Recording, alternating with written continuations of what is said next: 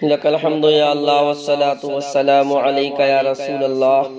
قال الله تبارك وتعالى في القرآن المجيد والفرقان الحميد: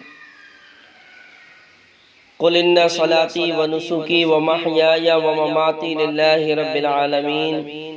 لا شريك له وبذلك أمرت وأنا أول المسلمين. صدق الله العظيم وصدق رسول النبي الأمين الكريم ونحن على ذلك لمن الشاهدين والشاکرین والحمد للہ رب العالمین. تمام تعریفیں اللہ رب العالمین کے لیے ہیں جو ہم سب کا معبود حقیقی ہے، حی القیوم ہے، رب العالمین اس کی شان ہے، وہ احد ہے، صمد ہے، بے نیاز ہے. ان اللہ علی کل شیء قدیر اس کی شان ہے. اور کروڑہ درود و سلام ہو نبی آخر الزماں خاتم پیغمبران صلی اللہ تعالی علیہ وسلم کی ذات ببرکات پر، جن کے صدقہ و وسیلے سے پروردگار عالم نے اس کائنات عالم کی تخلیق فرمائی اور جن کو تمام نبیوں اور رسولوں کا سردار بنا کر اللہ تبارک و تعالی نے مبعوث فرمایا. اللہ تبارک و تعالی قرآن پاک میں ارشاد فرماتا ہے: قل ان صلاتی و نسکی و محیای و مماتی للہ رب العالمین لا شریک له وبذالک امرت وانا اول المسلمین. رب نے ارشاد فرمایا: اے محبوب صلی اللہ تعالی علیہ وسلم، آپ فرمائیے کہ میری نماز، میری قربانی اور میرا زندہ رہنا اور میرا مرنا سب کچھ اللہ تبارک و تعالیٰ کے لیے ہی ہے، جس کا کوئی شریک نہیں، اور مجھے یہ حکم دیا گیا ہے کہ میں اسی اللہ رب العالمین کے سامنے سر تسلیم خم کروں. ایک اور مقامات پر ہمارا اور آپ کا پروردگار ارشاد فرماتا ہے سورہ کوثر میں، اللہ تبارک و تعالیٰ نے فرمایا: بسم اللہ الرحمن الرحیم، اِنَّا أَعْطَيْنَاكَ الْكَوْثَرَ فَصَلِّ لِرَبِّكَ وَانْحَرْ إِنَّ شَانِئَكَ هُوَ الْأَبْتَرُ. اللہ تبارک و تعالیٰ فرما رہا ہے بے شک ہم نے آپ کو جو کچھ عطا کیا بے حد اور بے حساب عطا کیا ہے، بس آپ نماز پڑھا کریں اور اپنے رب کے لیے قربانی کریں. یقیناً جو آپ کا دشمن ہے وہی بے نام و نشان ہوگا. اس صورت مبارکہ میں اللہ تبارک و تعالیٰ نے اپنے نبی صلی اللہ تعالی علیہ وسلم کو حکم فرمایا کہ وہ اللہ تبارک و تعالیٰ کے لیے نماز پڑھیں اور قربانی کریں، اور یہ حکم ہمارے اور آپ کے لیے بھی ہے. اس صورت مبارکہ میں اللہ تبارک و تعالیٰ نے قربانی کرنے اور نماز پڑھنے کا ہمیں اور آپ کو حکم دیا ہے. اور اس سے قبل جو میں نے آیت کریمہ پڑھی، قل ان صلاتی و نسکی و محیای و مماتی للہ رب العالمین لا شریک لہ وبذالک امرت وانا اول المسلمین، اس میں رب نے فرمایا کہ محبوب صلی اللہ علیہ وسلم آپ فرمائیں کہ میری نماز، میری قربانی، میرا زندہ رہنا، میرا مرنا سب کچھ اللہ تبارک و تعالیٰ کے لیے ہے. تو نماز، قربانی، یہ سب کچھ اللہ رب العالمین کے لیے ہے، اس کی رضا اور اس کی خوشنودی حاصل کرنے کے لیے ہے. اور کوئی بھی عمل ہو وہ سب عمل اللہ رب العالمین کی رضا اور اس کی خوشنودی حاصل کرنے کے لیے ہی کرنا چاہیے. دل میں نیت یہی ہو کہ میں جو عمل کر رہا ہوں اللہ تبارک و تعالیٰ اس کو مقبول فرمائے اور یہ میرا عمل خالص اللہ رب العالمین کے لیے ہے، اس میں ریاکاری نہ ہو، نام و نمود نہ ہو. جو بھی کچھ کیا جائے وہ دل کے صحیح ارادے کے ساتھ اللہ تبارک و تعالیٰ کے حکم پر اور اس کے محبوب صلی اللہ علیہ وسلم کے حکم پر عمل کرتے ہوئے اللہ اور اس کے رسول صلی اللہ علیہ وسلم کی رضا حاصل کرنے کے لیے ہی کیا جانا چاہیے. میرے عزیزوں، میرے دوستوں، ہم اور آپ اس وقت جس ماہ مبارک سے گزر رہے ہیں وہ ذوالحجہ کا مقدس مہینہ ہے، اور یہ وہ مبارک اور بابرکت مہینہ ہے جس کے فضائل بے شمار ہیں. حضور نبی کریم صلی اللہ تعالی علیہ وسلم نے بے شمار فضائل و برکات اس ماہ مبارک کے بیان فرمائے ہیں، اور یہ وہ مقدس مہینہ ہے جس کو حج کا مہینہ بھی کہا جاتا ہے، اور اس مہینے کو قربانی کا مہینہ بھی ہم اور آپ کہتے ہیں۔ ترمذی شریف کی حدیث پاک ہے، نبی رحمت صلی اللہ تعالی علیہ وسلم نے اس ماہ مبارک کے فضائل کو بیان کرتے ہوئے فرمایا کہ ماہ ذوالحجہ کے پہلے 10 دنوں میں عبادت کرنا اللہ تبارک و تعالیٰ کے نزدیک باقی تمام ایام کی عبادت سے زیادہ محبوب اور پسند ہے۔ ان ایام میں، ان دنوں میں ایک دن کا روزہ، اس کا ثواب اتنا ہے کہ 1 سال کے روزوں کے برابر اللہ تبارک و تعالیٰ ثواب عطا فرماتا ہے۔ اور ان مبارک ایام کی راتوں میں، یعنی ذوالحجہ کے پہلے عشرے کی راتوں میں ایک رات کے قیام کا ثواب اللہ تبارک و تعالیٰ لیلۃ القدر کے قیام کے برابر عطا فرماتا ہے۔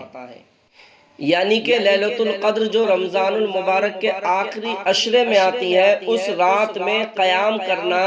جتنا ثواب ہے، اتنا ہی ثواب اللہ تبارک و تعالیٰ ذوالحجہ کے پہلے عشرے میں رات میں عبادت کرنے پر پروردگار عالم عطا فرماتا ہے۔ اور یہ ماہ ذوالحجہ مبارک جو ہے، یہ ہمارے اسلامی سال کا آخری مہینہ ہے۔ اس ماہ مبارک کی 9 تاریخ کو بڑی شان و عظمت کے ساتھ تقریب حج ادا کی جاتی ہے، اور میدان عرفات میں لاکھوں کی تعداد میں لوگ جمع ہو کر حج ادا کرتے ہیں اور اپنے گناہوں کی مغفرت اور بخشش کا سوال کرتے ہیں۔ اور اس ماہ کی 10 تاریخ کو عید منائی جاتی ہے اور اللہ تبارک و تعالیٰ کی عبادت کی جاتی ہے، اور اس کی راہ میں جانور کو ذبح کیا جاتا ہے، جسے ہم اور آپ قربانی کہتے ہیں۔ اور یہ وہ مبارک مہینہ ہے جو اسلامی سال کا آخری مہینہ ہے، اور اس کے ختم ہونے کے بعد محرم الحرام سے نیا اسلامی سال جو ہے وہ شروع ہو جاتا ہے۔ اور اسلامی سال کے آخری مہینے یعنی ذوالحجہ کے مہینے میں جگر گوشہ خلیل حضرت اسماعیل علیہ نبینا علیہ السلام نے اپنے آپ کو راہ حق میں قربان ہونے کے لیے پیش کر دیا، اور ماہ محرم الحرام میں جگر گوشہ بطول حضرت امام علی مقام رضی اللہ تعالی عنہ نے اپنے تن من دھن اور اپنے 6 ماہ کے نور نظر حضرت علی اصغر رضی اللہ تعالی عنہ سمیت 72 تن قربان کر دیے۔ اور یہ عظیم قربانی دے کر کے حضور نبی کریم صلی اللہ تعالی علیہ وسلم کی شریعت کو اور آپ کی سنت کو امام حسین رضی اللہ تعالی عنہ نے زندہ فرما دیا، اور قیامت تک آنے والے مومنین کے لیے اور راہ وفا پر چلنے والوں کے لیے سنت قائم کر دی، اور کمال شان عبدیت کے ساتھ بارگاہ سمدیت میں سربا سجود ہو کر عرض کیا، اے خدائے سمیع و بصیر، اپنے حسین کی یہ قربانی قبول فرما اور دین مصطفیٰ صلی اللہ تعالی علیہ وسلم کو قائم فرما دے۔ گویا کہ اس مقدس سال کی ابتدا بھی قربانی پر ہے، اور اس مقدس سال کی انتہا بھی قربانی پر ہے۔ تو یہ ذوالحجہ کا مہینہ بڑا مقدس اور بابرکت مہینہ ہے، اور اس مہینے کی بڑی فضیلت ہے، بہت روایات اس کے فضائل میں موجود ہیں۔ اور اس ماہ مبارک کے پہلے 9 دنوں میں روزے رکھنے کی بہت بڑی فضیلت آئی ہے۔ بعض علماء کرام نے ان ایام کی فضیلت اس طرح بیان فرمائی ہے کہ جو شخص ان مقدس ایام میں روزے رکھتا ہے، اللہ تبارک و تعالیٰ اسے 10 انعامات سے نواز دیتا ہے۔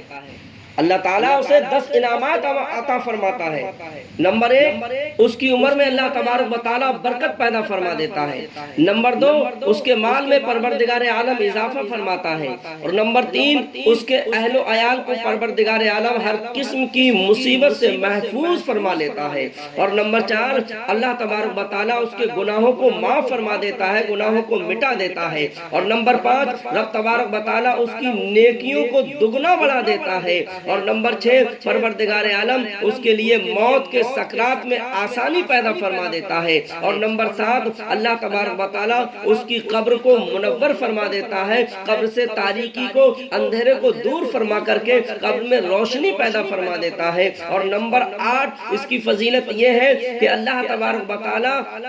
اس کے نیکیوں والے پڑھنے کو اللہ تبارک و تعالی وزنی فرما دیتا ہے، اور نمبر 9 اس کی فضیلت یہ ہے، اس ماہ مبارک میں روزہ رکھنے کی نبی فضیلت یہ ہے کہ اللہ تبارک و تعالی اس کو جہنم سے آزاد فرما دیتا ہے،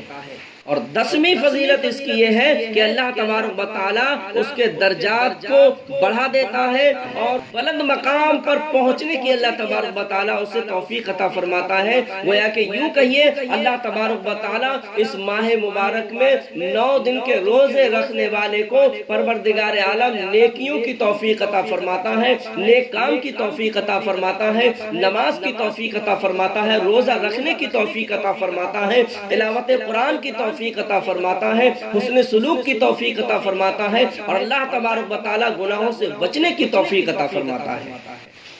ایک روایت میں آتا ہے کہ اللہ تبارک و تعالی نے سال سے 3 عشرے منتخب فرمائے ہیں۔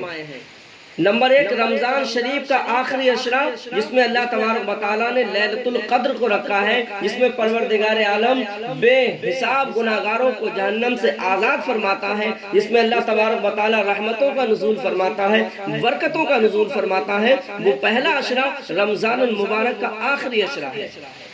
اور نمبر 2 ذوالحجہ کا پہلا عشرہ ہے، جس میں یوم عرفہ ہے، قربانی کی جاتی ہے، تلبیہ کہنا ہے، حج ادا کرنا ہے، اور بہت سی اقسام کی عبادات کی جاتی ہیں۔ اور روایت میں آتا ہے کہ اللہ تبارک و تعالیٰ ملائکہ کے سامنے فخر کرتے ہوئے فرماتا ہے کہ اے میرے ملائکہ، میرے بندوں کو دیکھو، وہ کس طرح گرد و غبار میں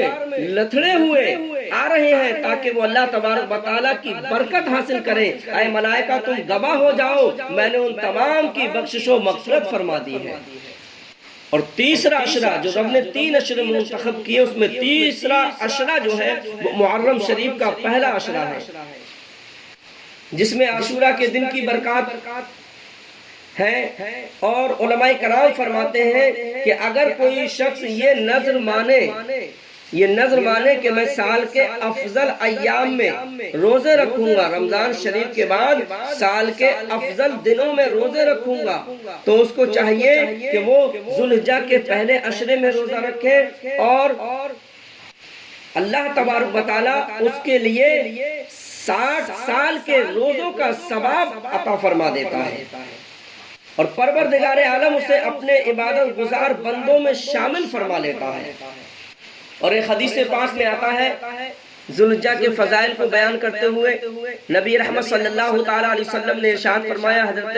عبداللہ ابن عباس رضی اللہ تعالیٰ عنہ کے راوی ہیں کہ رسول کریم صلی اللہ تعالیٰ علیہ وسلم نے فرمایا، ذوالحجہ کے 10 دنوں میں جو عمل کیا جاتا ہے وہ باقی تمام ایام میں کیے جانے والے عمل سے اللہ تبارک و تعالیٰ کو زیادہ محبوب اور پسند ہوتا ہے۔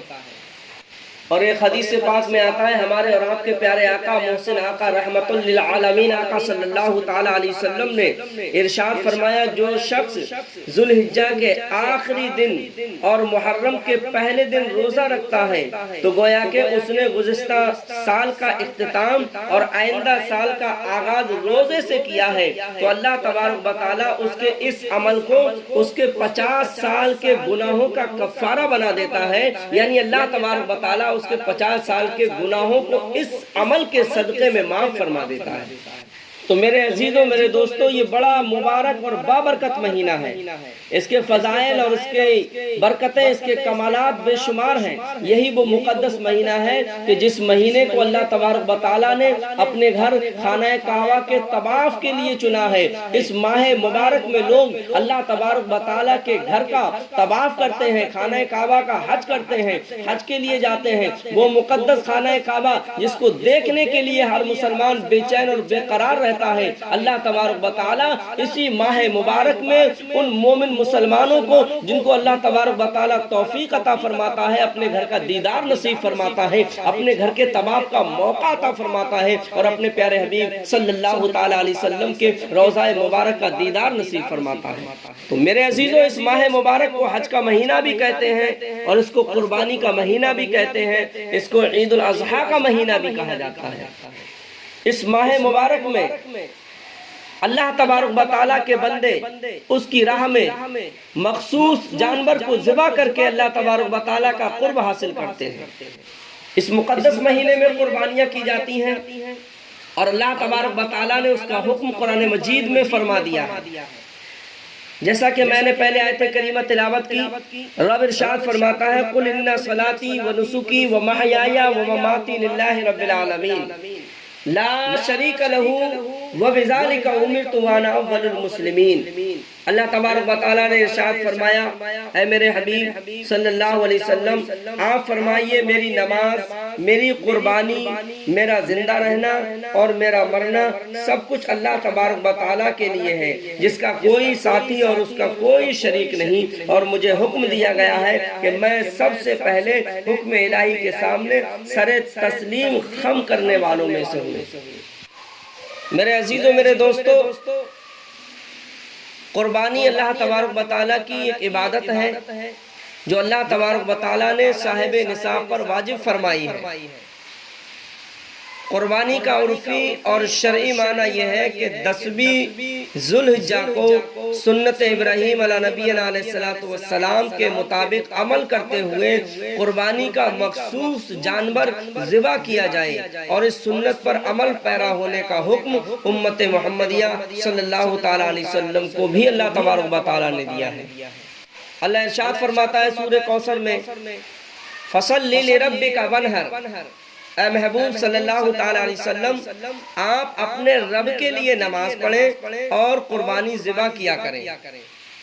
اس لیے ہمارے اور آپ کے پیارے آقا صلی اللہ تعالیٰ علیہ وسلم نے خود بھی قربانی کی، اور آقا صلی اللہ تعالیٰ علیہ وسلم نے اپنی امت کی طرف سے بھی قربانی پیش کی، اپنی امت کی طرف سے بھی جانور کو ذبح کیا، اور ہمیں اور آپ کو حکم دیا گیا ہے جو صاحب نصاب ہے وہ بھی قربانی کیا کریں۔ ہمارے اور آپ کے پیارے آقا صلی اللہ تعالیٰ علیہ وسلم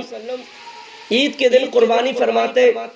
اور جب اپنی قربانی کر چکتے اس کے بعد میں نبی رحمت صلی اللہ تعالیٰ علیہ وسلم اور جانوروں کی قربانی کیا کرتے تھے، اور فرماتے تھے یہ قربانیاں میری امت کی طرف سے ہیں، میری وہ امت جو قربانی نہ کر سکے گی، میں محمد صلی اللہ تعالیٰ علیہ وسلم اپنی اس غربا امت کی جانب سے ان جانوروں کو قربان کر رہا ہوں۔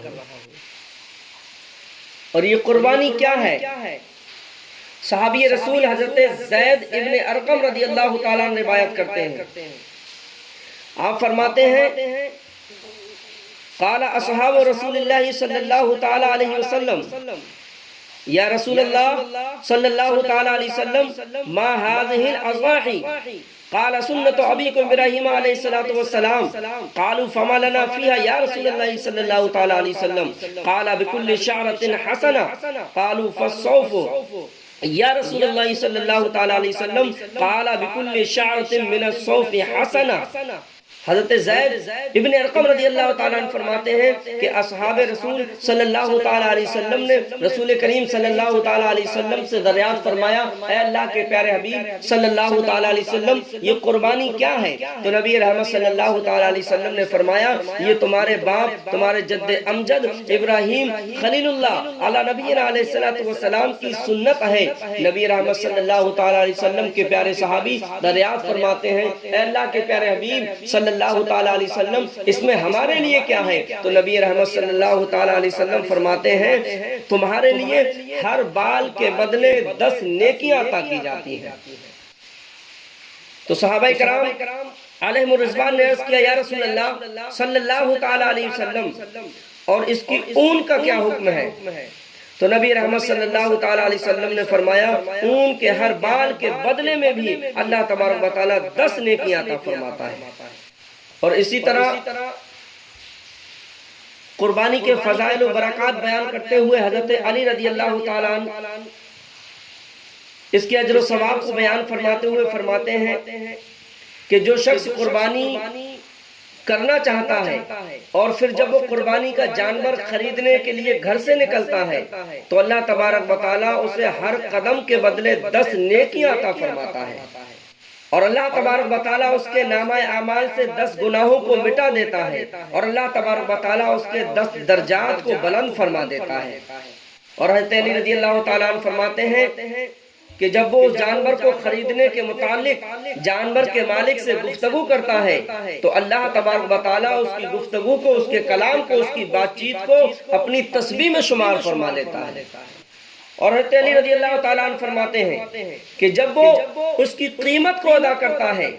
تو اللہ تبارک و تعالیٰ ہر درہم کے بدلے 700 نیکیاں عطا فرما دیتا ہے۔ اور حضرت علی رضی اللہ تعالیٰ عنہ فرماتے ہیں کہ جب وہ اس کو ذبح کرنے کے لیے زمین پر لٹاتا ہے تو اللہ تبارک و تعالیٰ زمین سے لے کر 7 آسمانوں تک تمام مخلوقات کے لیے بخشش اور مغفرت کی دعا کا حکم دیتا ہے، اور تمام مخلوقات اس کے لیے بخشش و مغفرت کی دعا فرماتی ہیں۔ اور فرماتے ہیں کہ جب اس کے خون کا پہلا قطرہ زمین پر گرتا ہے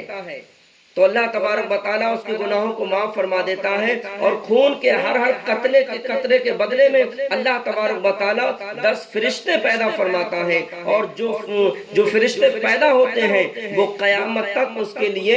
مغفرت اور بخشش کی دعا فرماتے ہیں۔ اور مزید حضرت علی رضی اللہ تعالیٰ عنہ فرماتے ہیں کہ جب وہ اس کے گوشت کو تقسیم فرماتا ہے تو گوشت کی ہر بوٹی کے بدلے میں اللہ تبارک و تعالیٰ حضرت اسماعیل علیہ نبینا علیہ السلام کی اولاد میں سے ایک غلام آزاد کرنے کا ثواب عطا فرماتا ہے۔ تو میرے عزیزوں، میرے دوستو، غور کرو قربانی کرنے کی کتنی بڑی فضیلت ہے، کتنے بڑے اس کے فائدے ہیں، کتنا بڑا ثواب ہے، اور قربانی کرنے والے سے اللہ تبارک و تعالیٰ کتنا راضی ہوتا ہے کہ اللہ تبارک و تعالیٰ اس کے تمام گناہوں کو مٹا دیتا ہے، درجات کو بلند کرتا ہے، اللہ رب العالمین اس کی بخشش فرما دیتا ہے، مغفرت فرما دیتا ہے۔ بے شمار فضائل و برکات ہیں قربانی کے۔ ایک اور حدیث پاک میں آتا ہے،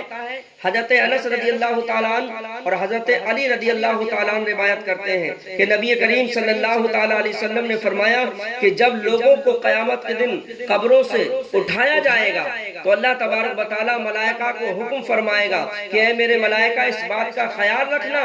کہ میرے بندے پیدل نہ چلیں بلکہ انہیں اپنی عمدہ سواریوں پر سوار کر کے میدان محشر میں لانا، کیونکہ وہ دنیا میں سوار ہونے کے عادی تھے۔ ابتدا میں جب ان کی ماؤں نے انہیں جنا تو مدت رضاعت تک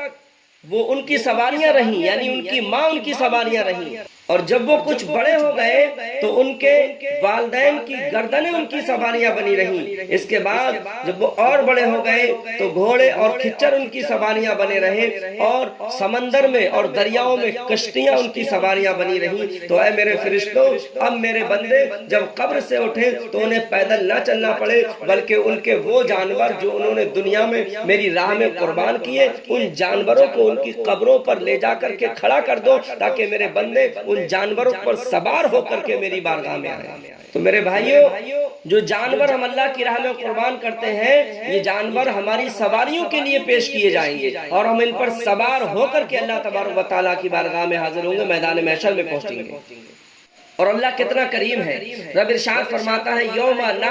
نحشر المتقین الی الرحمن وفدا، کہ اس دن وہ اپنی اطاعتوں کی سواریوں پر سوار ہو کر اللہ رحمان کی بارگاہ میں حاضر ہو جائیں گے۔ اور اسی لیے ہمارے پیارے آقا صلی اللہ تعالیٰ علیہ وسلم نے ارشاد فرمایا عظموا ضحایاکم فإنها علی الصراط مقایاکم۔ آقا ارشاد فرماتے ہیں بے شک اپنی ان قربانیوں کے جانوروں کو عظیم بناؤ، کیونکہ پل صراط سے گزرتے وقت یہی تمہاری سواریاں ہوں گی۔ ایک اور حدیث پاک میں آتا ہے، نبی رحمت صلی اللہ تعالیٰ علیہ وسلم نے ارشاد فرمایا، آپ فرماتے ہیں جس نے قربانی کا جانور ذبح کر کے اللہ تبارک و تعالیٰ کا قرب حاصل کیا، جب وہ شخص اپنی قبر سے اٹھے گا تو وہ اس جانور کو اپنی قبر کے سرہانے کھڑا ہوا پائے گا، آپ فرماتے ہیں کہ اس کے بال سونے کے اور اس کی دونوں آنکھیں جنت کے یاقوت کی ہوں گی اور اس کے دونوں سینگ بھی سونے کے ہوں گے، اور وہ شخص اس سے پوچھے گا کہ تو کون ہے اور کیا چیز ہے؟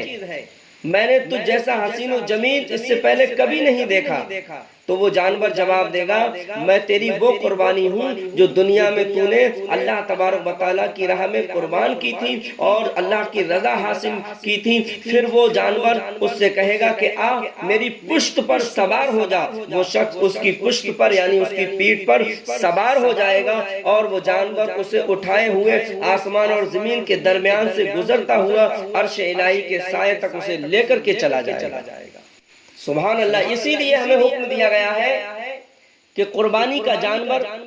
ایسا خریدے جو دیکھنے میں خوبصورت بھی ہو اور تر و تازہ ہو، موٹا ہو، تندرست ہو، مضبوط ہو۔ ایسا جانور خریدے جو ہمیں خود بھی اچھا لگ رہا ہو، وہ جانور اللہ تبارک و تعالیٰ کی راہ میں قربان کرے۔ اور یاد رکھیے میرے دینی بھائیوں، قربانی کرنے کے جہاں بے شمار فضائل اور برکات ہیں، وہاں قربانی نہ کرنے پر اللہ کے پیارے رسول صلی اللہ تعالیٰ علیہ وسلم نے بڑی وعیدیں بھی بیان فرمائی ہیں۔ نبی رحمت صلی اللہ تعالیٰ علیہ وسلم نے ارشاد فرمایا